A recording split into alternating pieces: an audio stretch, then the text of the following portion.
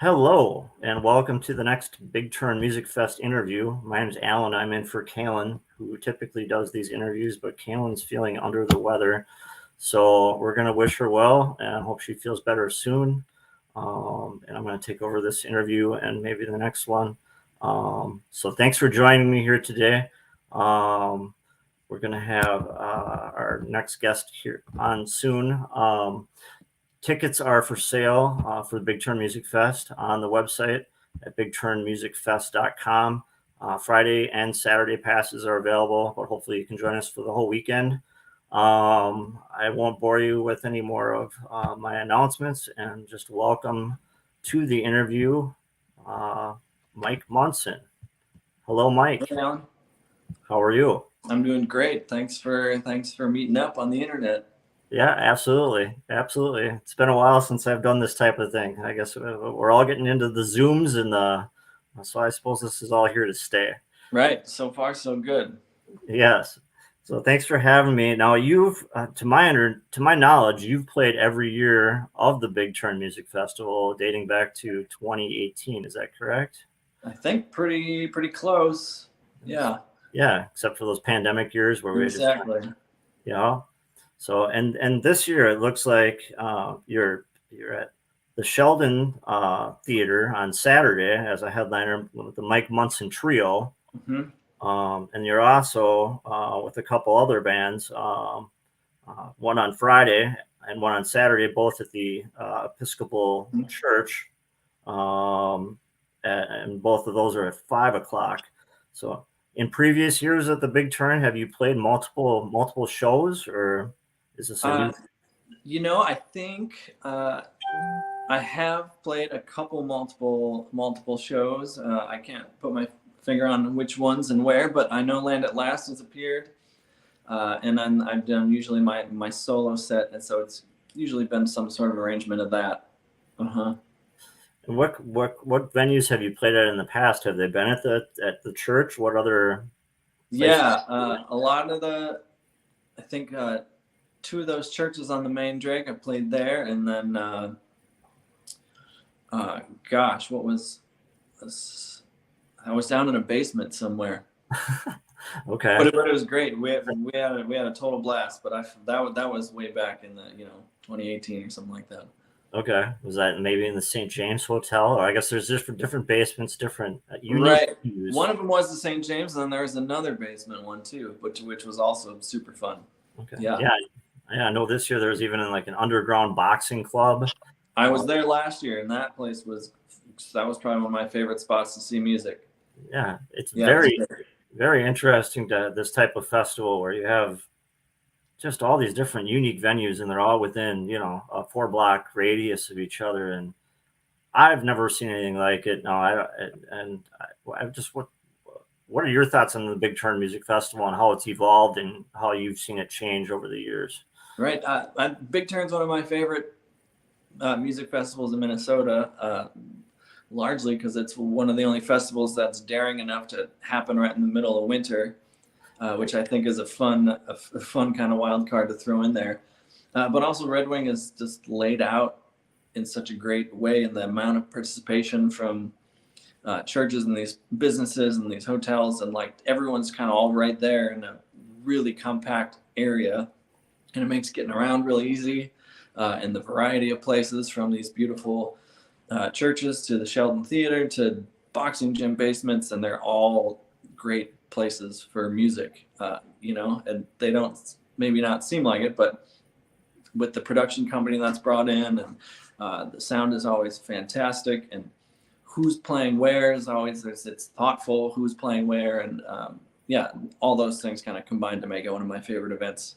Yeah, and those churches just have the most amazing acoustics, right? Yeah. I mean, they're just just gorgeous. And then and then they're usually so well lit. The production company brings in just beautiful lighting, and it makes it just elevates the performances even beyond what you thought was possible. And then of course there's the Sheldon Theater. Have you played at the Sheldon before? Never played at the Sheldon. I've seen some wonderful music happen there, and I'm excited that we got placed to play there. Yeah, it's an amazing venue. I think it's one of the oldest theaters in Minnesota. Is it? And even even in the nation or something like that I read. But it's historic, been around since the 1800s, and redone a couple of times. But yeah, it's a fabulous place to see a show. Mm-hmm. So, have you been in Minnesota your entire musical career? Did you grow up in Minnesota? Yes, yeah. I'm born and raised in Minnesota. I live in Winona now, but spent my youth in the Twin Cities area, but have been in Winona for the last 20-something years now. Okay. And when did you first pick up a guitar, or did you... Yeah, so started playing guitar pretty early on, sixth grade. How old are you then? 13, something like that. Sure. So, yeah, which was quite a while ago. So started playing guitar then, and got connected with some good teachers and good people, and friends. We all decided to kind of pursue music at the same time, and that kind of just kept it interesting all along. I never lost interest in it, and it's just continued to be a wealth of inspiration and learning and all that sort of stuff. So it just kind of never has ended for me, I'm fortunate in that regard. And did you get into blues music right away? I mean, I from what I've discovered, or what I've in my just research, you're big into blues. Blues, did that strike a chord in you early on? Did you mess around with other genres? And obviously, I think you still do mess around with other genres. But I feel like the blues is really something that's near and dear to you. Yeah, it totally is. And it was something that kind of grabbed me early on, as far as like loving guitar. And when you love guitar, the first people you hear about are Chuck Berry, and then Chuck Berry's essentially just like hopped up blues music, and then you find Muddy Waters and John Lee Hooker, and then just keep going further and further back, and then you're talking about Charlie Patton and Tampa Red and all these other people, and it just was like such a deep well of American history and American music, and everything comes from it. You can make it. There's so much, and I discovered there's a subgenre of blues called Bentonia blues. And just did some reading about, and there's a guy named Jimmy Duck Holmes, who, if I read correctly, acted as, I guess, kind of a mentor towards you. Is that correct? Yeah. We became friends, and we've traveled together and played music together quite a bit, and he's one of the kind of like original guys in a lot of ways, but of our era, like the original folks who grew up in the tradition are kind of, there's not that many of them, because you can turn on the internet and you can hear any sort of music from all over the world, but like how Jimmy grew up, he only grew up hearing music that was made by the people who were playing music alive around him.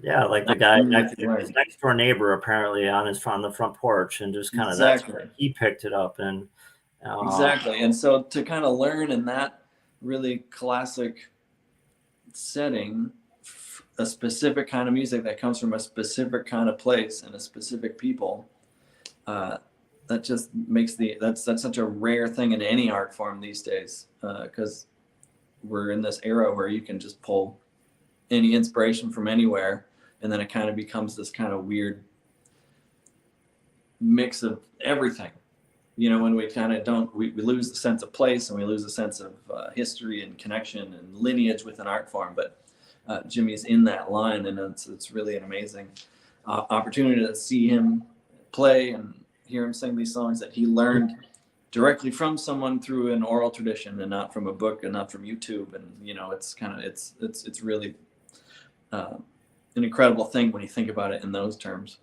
What was he able to teach you, or what were some of those lessons like as younger artists, or some of that wisdom that you picked up? Right. Yeah.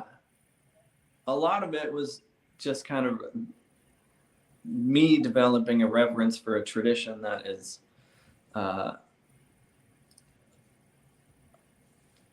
it's not how I learned guitar. You know, I learned guitar from books and magazines and the internet and all this sort of stuff. And so to learn a tradition that is an oral tradition, and to be in the room with someone who studied with someone, and whether, you know, study informally, it's like that was special. But then also, you know, Jimmy like runs a juke joint, and his parents ran it before him, and you know, he's just like of the blues world. And were you able to record there?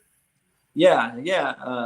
I made a recording at Jimmy's place, the Blue Front Cafe, a long time ago. The record's called Rose Hill, and yeah, he played guitar on it, some harmonica, and sings on it, and that was real special. And then, but mostly the learning is just came from our traveling together. We played a couple festivals around the country and in Canada, and you know, just being with him, asking him to tell stories about living and playing music in Mississippi, and knowing Jack Owens, and what is it like when your parents run a juke joint and you're a little kid running around there, and who do you hear, who comes through with their guitar, and all, you know, just all that sort of stuff was just so awesome. And he's a great performer. You know, he can get up and command an audience, and that, at that point, you know, he's in charge of the audience, and he hasn't even played his guitar, sung a song yet. You know, he can just walk out and he can just command that sort of thing. Yeah, he's just got such a presence about him, and so it's been an honor to be in his presence. Yeah. So, tell me about your new album, because our newer album. Looked on your discography. Yeah. So it's called Underwood, and I recorded at Underwood Studio in Minneapolis. And I was looking to make a recording that had some traditional blues songs on it, which I hadn't done in a while. So it's a mix of traditional blues songs that some of us in that kind of zone know, and then some of us don't.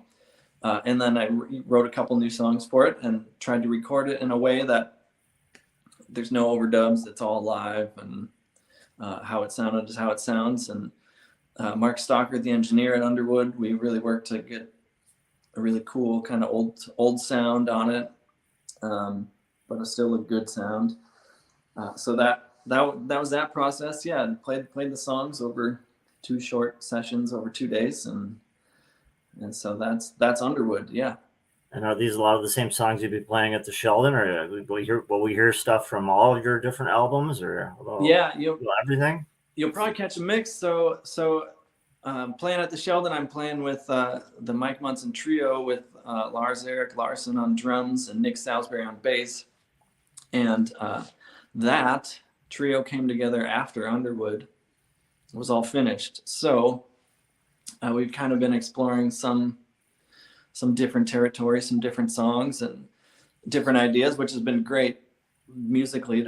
Typically I'm a solo performer, and it's great to get in a, you know, mix it up with some other people on the stage and have a musical dialogue. So we're playing songs, but there's a lot of room for improvisation and give and take between bass and drums and guitar and singing, and we try to create something a little bit new and different every time we play. So, yeah, and the songs, I'm pulling songs from all the songs I know. So, you know, songs I recorded 10, 12 years ago to the ones I just did, and new stuff I'm working on. So we do a little bit of all of it. Yeah. Perfect. Well, I think it's going to sound great. And yeah, you mentioned it, mainly a solo artist in the past, but it seems like you're doing a lot of collaboration lately. Can you talk more about Land at Last and that effort, and Up Over, and just collaborating with different people and what that's meant to you? Yeah, absolutely. So Up Over is a new project of mine, a new musical identity. And at the moment, it's going to be me as a solo performer, but it's a whole different body of work, instrumental, acoustic guitar,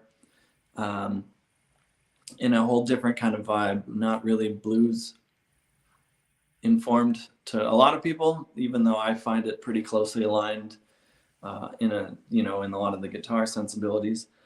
But that record is complete and will be coming out in this spring, early summer. Excellent. And so that project, Up Up Over, has become really exciting to me in a lot of its open-endedness. So it could be other people in the future, or it could continue to be just me. I'm not sure. So that's kind of the art and the music is kind of taking the lead there.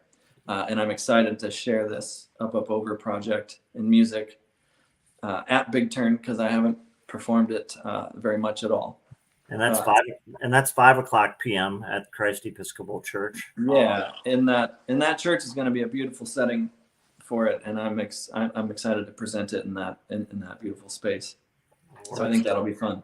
We're excited to have you. And then on Friday night with Land at Last, can you talk to me about? I think when I first saw Land at Last, and you can correct me if I'm wrong. I think it was at the Anderson Center, and I think it was shortly after the first Big Turn. And I think there was a show there with it was just kind of a few months before the Big Turn, but that's where I originally, I think, saw you guys. When was Land at Last first? Come about? And Land at Last is a collaboration between me and my good friend Jake Illica, who runs a band called The Heavy Set. And so it started years ago, before we even called it Land at Last. So down in Winona at Ed's No Name Bar, I was playing every Sunday night, and Jake was playing every Wednesday night. And we were kind of we weren't friends at that point, and we were kind of in a friendly competition, sort of like unstated. Like he was the Wednesday guy, I was the Sunday guy, and I was like, who the heck is this guy? And he was probably like, who the heck is that guy? And then Jake was the one to break the ice and said that we should go on a tour together. So Jake set up 20-something days that took us out to Bellingham, Washington, and Portland and Seattle and Utah, and in this tiny car. And that kind of, and we were performing as separate acts. So, so we'd take turns. I'd get up, play first for an hour. He'd get up, play second for an hour. And then eventually we started doing a set together. And we play pretty different music styles, and we sing very differently and understand music a little differently than each other. But I think that results in a really interesting musical friendship and a musical collaboration. And so we started writing songs together under Land at Last, and have made 2 recordings that I'm super proud of. I think it's really great music, and I think being in the room with Jake elevates my ability to sing and play, and I think of things differently. And so we both had songs that also were not fitting with my regular barroom set, and he had songs that weren't fitting with the Heavy Set, and so we started bringing it together. And so we have a couple recordings out, and he's no longer in Winona, and we're both busy with all sorts of different stuff, and so it doesn't happen as much as we used to, or as much as we would like. So whenever we do get the chance to play, I find it to be a really special evening of music. So I'm looking forward to it. Yeah, that's going to be, and you'll be there both nights of the festival, and to start off at the church, and then I guess go grab some dinner before your next show at the Sheldon, and then just enjoy the rest of the. I'll probably skip dinner and run around and see a couple rock bands. Just get a good breakfast. Exactly. Run on that. Exactly. So I knew this year at the Big Turn on Saturday during the day, there's going to be bingo, and we're going to have cribbage and euchre, and also some karaoke from noon to 4 o'clock at some different places in Red Wing. Do you play? Are you into games? Do you play euchre? Do you play cribbage? Do you? Yes, sir. So I do not karaoke. You will not see me at karaoke, but if the schedule works out, you could very well see me at the cribbage tournament. Yeah, I do love cribbage. Been playing for a long time. I probably learned cribbage around the same time I learned guitar. Oh, okay. Yeah, it's one of those things you just learn. Not the same teacher though. Not the same teacher. I don't know. I don't think so. Yeah, well, I think euchre and cribbage will be at the Elks Lodge starting at noon on Saturday. I believe bingo will be at the American Legion. Love it. Not now. Is this just like friendly games, or are we putting? I think it'll be though. You can play for free, and then I think for people that want to, I don't know, put in a little on the side, or it kind of becomes a little tournament of sorts.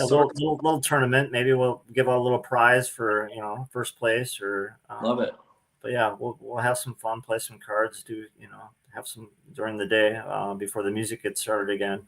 Because we'll have to be all ready for 5 o'clock when you're getting. Oh, that's right. But yeah, I think cribbage will only last for a few hours, so from maybe noon to 3 o'clock, and hopefully we'll get a bunch of players, and hopefully some euchre players, and hopefully karaoke will have a good turnout, and bingo will have a good turnout. But that's something new this year. So I'm also a cribbage player, so I hope to see you there. We can play a game. I love it. Someone wanted me to ask you what your favorite type of guitar is. My favorite type of guitar. Yeah, I see three of them behind you there. I think I don't know. Yeah. I just really like any kind of guitar. Mostly, even the hard to play ones, I find endearing in a certain sort of way.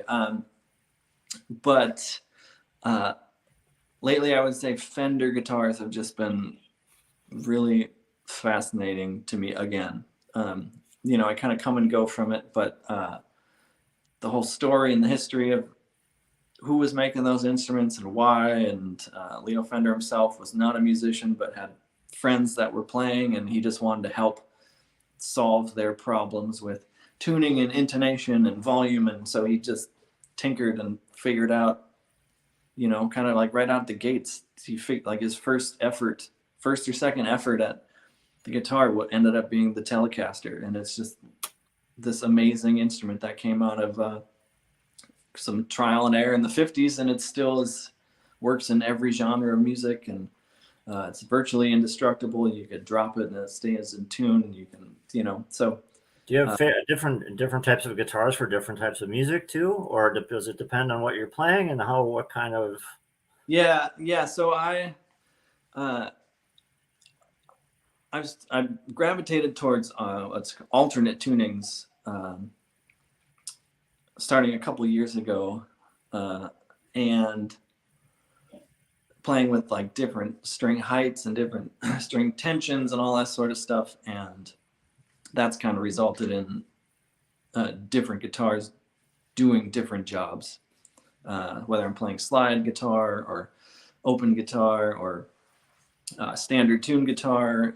So yeah, I've kind of made instruments special to like handle a certain kind of job instead of like one do-all. Yeah. Guitar.